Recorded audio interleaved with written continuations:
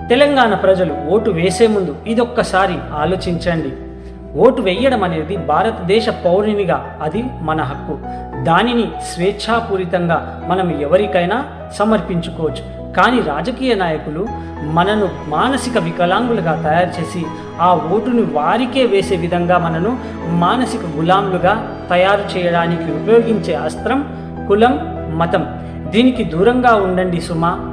కానీ ఈ రాజకీయ నాయకులందరూ కలిసినప్పుడు ఒకే పళ్ళెంలో బిర్యానీ తినుకుంటూ కూర్చుంటారు.